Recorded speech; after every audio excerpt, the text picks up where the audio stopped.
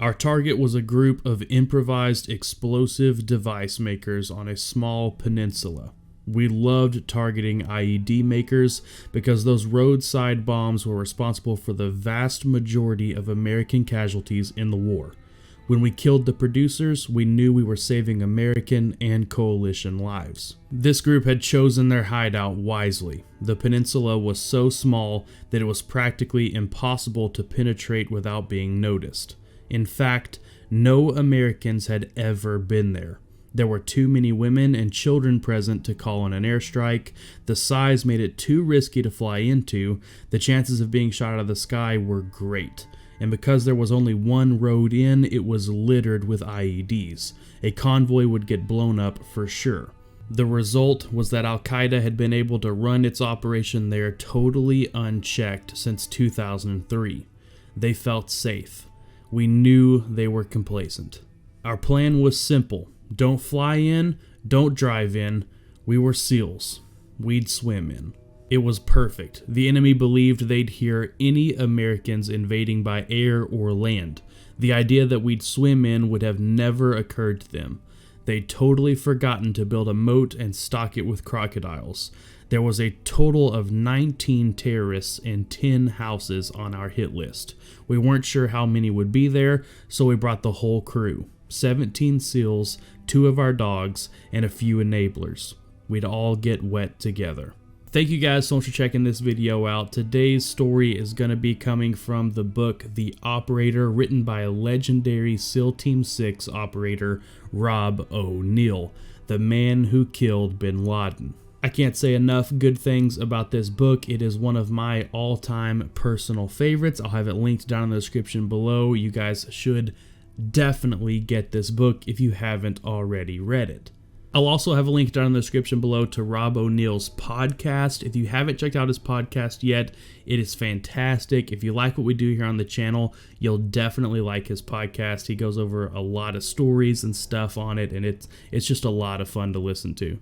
So go check it out and be sure to let him know who sent you. If you guys want to help support the channel, be sure to hit that like button and leave a comment down below. But most importantly, watch the video all the way through. That is a huge help to me and helps boost us up in the algorithm and make sure as many people as possible get to hear these incredible American combat stories. With all that out of the way, let's continue on with the story. We loaded up our helos and made the short flight to our point of insertion. We walked a bit until the dry land turned into swamp. It wasn't too bad, mostly swampy mud with a few points of deep water where we'd swim. Of course, I wasn't the one carrying the poles and ladders. We always made the new guys do that. For them, it sucked. The dogs hopped through most of the mucky stuff, but in the deeper water we needed to lift them up. They had handles on top of their vests, so you could carry them like a very squirmy briefcase. Our guns were packed in shoot-through bags. The guns fit in them snugly with a built-in rubber glove so you could reach the trigger and shoot through it if you had to. We made it across in 2 hours and hit dry land again. The peninsula was pretty small, about the size of a couple football fields, but packed with houses, huts, and narrow roads. It was obvious from first look why we had never been able to land there. And fast roping would have provided the enemy with too much time to shoot as the helicopters hovered. But we were there now. It was 1 a.m. local time. We made our way to the primary target buildings. They were side by side. The one on the right was 3 stories tall. The one on the left, my team's target, was 2 stories. Our plan was to surround both and get the snipers up high for security. Then we were going to enter both structures simultaneously and silently so that we could get the drop on the enemy. That plan didn't last very long. A sentry on top of the structure to the right saw us. He didn't know who we were for sure, but he knew we shouldn't be there. He started shooting his AK-47 right down on top of us. My guys and I were in a narrow alley just below him in between the 2 buildings. He missed us all somehow. I'm guessing because Allah was busy elsewhere, and we were all able to scramble to cover. Nobody could get a clear shot off, and we were disciplined enough not to randomly fire in his direction. You want to aim at what you shoot at and hit what you aim at. Plus, if we didn't fire back, it could confuse the enemy. This guy was on a balcony and would fire quickly and blindly and then retreat back a few steps. That's why we were able to get to adequate cover. One of our team snipers, Greg, who was a lifesaver for us but the angel of death for Al-Qaeda, did what Greg does best. He saved the day. Luckily, when the shooting started, our snipers already had their ladders out and were preparing to climb. The sound of an AK-47 simply made our snipers do their ladder setting faster.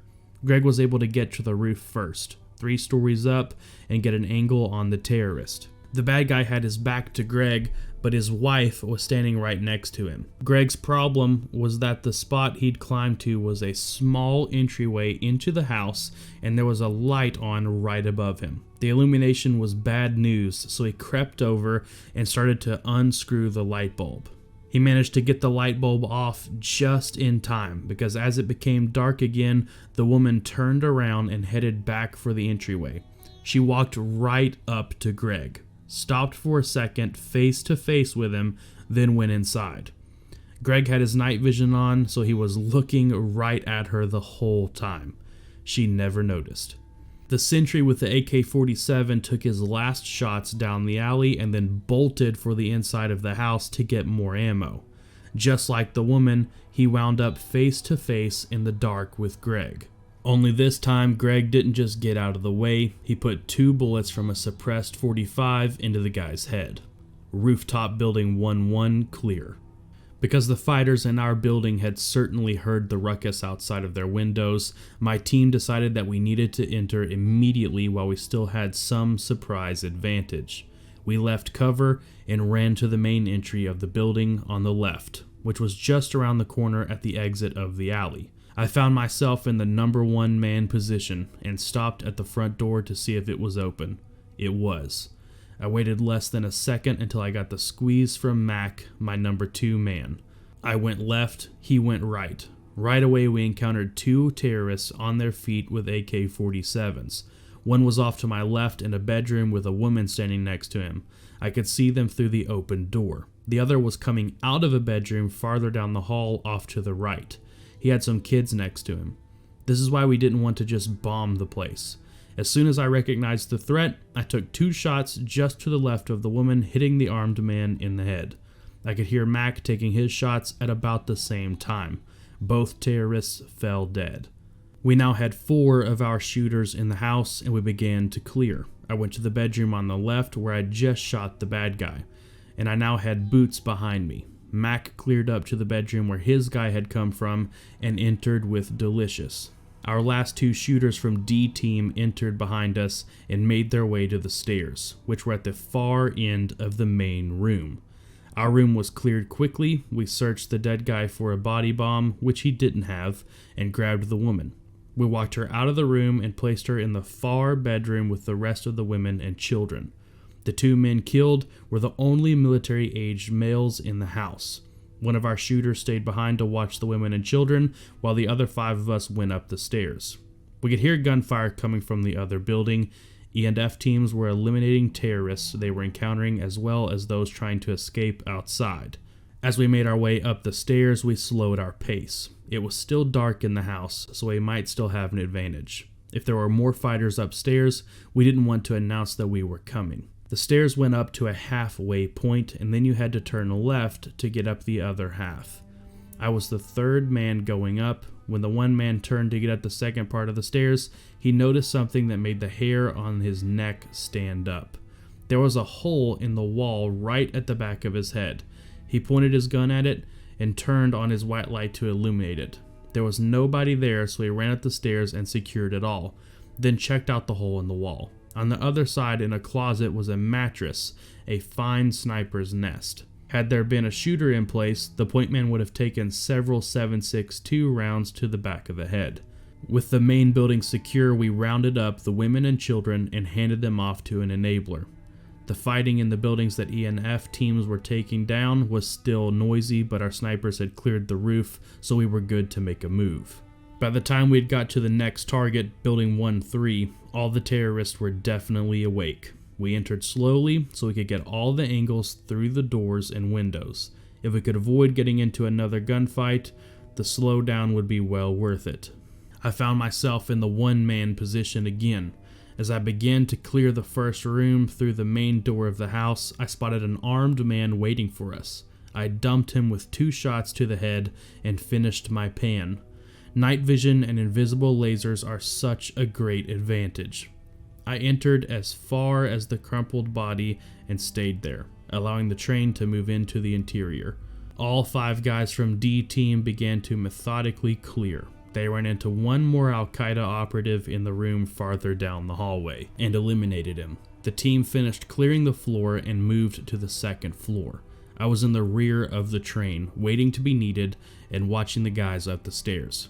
Delicious was the point man. He went to the top of the stairs, carefully panning the areas he could without entering the space. I then heard Delicious pop 2 rounds off. He'd found another gunman and sent him to hell. As we moved on to our next target, Nate was still up high on building 1-2. He'd been watching us shoot our way through the compound, and he was tired of watching. "F this up high stuff," he said over the radio. "I'm rolling with D team." He ran downstairs and out the door. He made his way to the back of our train and went to the next building with us. Cruz was in front this time, and he slowly made his way to the main entry that was near the right side of the building as we faced it. Nate went over the left where there was a good place for him to climb just above a large window. I walked with him to cover his movement. Nate slung his sniper rifle and climbed to the roof. He reached for his .45, aimed at the large window, and shot 3 times. Out of my sight, there was a man with an AK-47 hiding behind a table, waiting for the entry team to come in so he could ambush them. Nate saw him at the last second and gave the guy 3 to the chest. Again, darkness was our friend. Cruz and the others cleared this structure quickly since the one dead guy was the only person in there, and as it turned out, the last terrorist on the peninsula.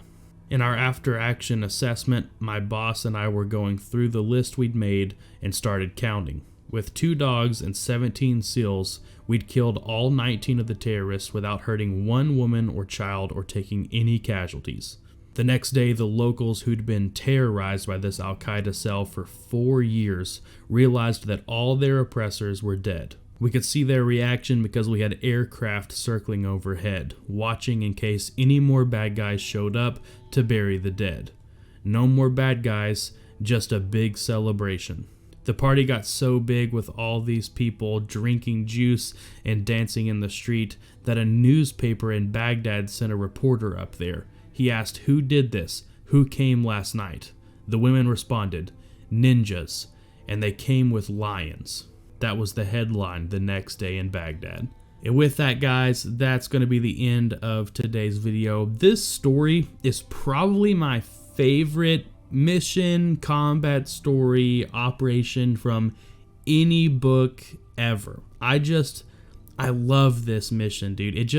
It's so unique. It showcases just perfectly what makes the SEAL teams and specifically development group so incredible in every way. It was an enemy controlled village where they were oppressing all these people that lived nearby and making all these IED bombs that were taking out tons of American troops, and no one else was capable of getting anywhere near this compound except for the SEAL teams. They were able to swim in through the swamp quietly in the dead of night and eliminate all of the terrorists without any civilians being harmed and without taking any casualties on their end. It's just absolutely incredible. And that ending part where the woman says that they were ninjas with lions is, just such a sick line. You know that those guys were so pumped when they saw that headline. I can just imagine what the team looked like that day. Ninjas with lions. That is the funniest thing ever and so freaking sick. But anyway, guys, that's enough of me rambling on. I hope you enjoyed the video. Let me know down in the comment section what you guys think of this story. Is this a favorite of yours too? If you have another favorite story, be sure to let me know about it down in the comment section. And like I said, guys, go buy this book. It's fantastic. Can't say enough about it. And go check out Rob O'Neill's podcast. Again, he goes over a lot of combat stories and stuff over there, and It's a really cool podcast. You won't regret it for sure. But I hope you guys all have a fantastic day. Thank you so much for checking this video out, and I will see you guys in the next one.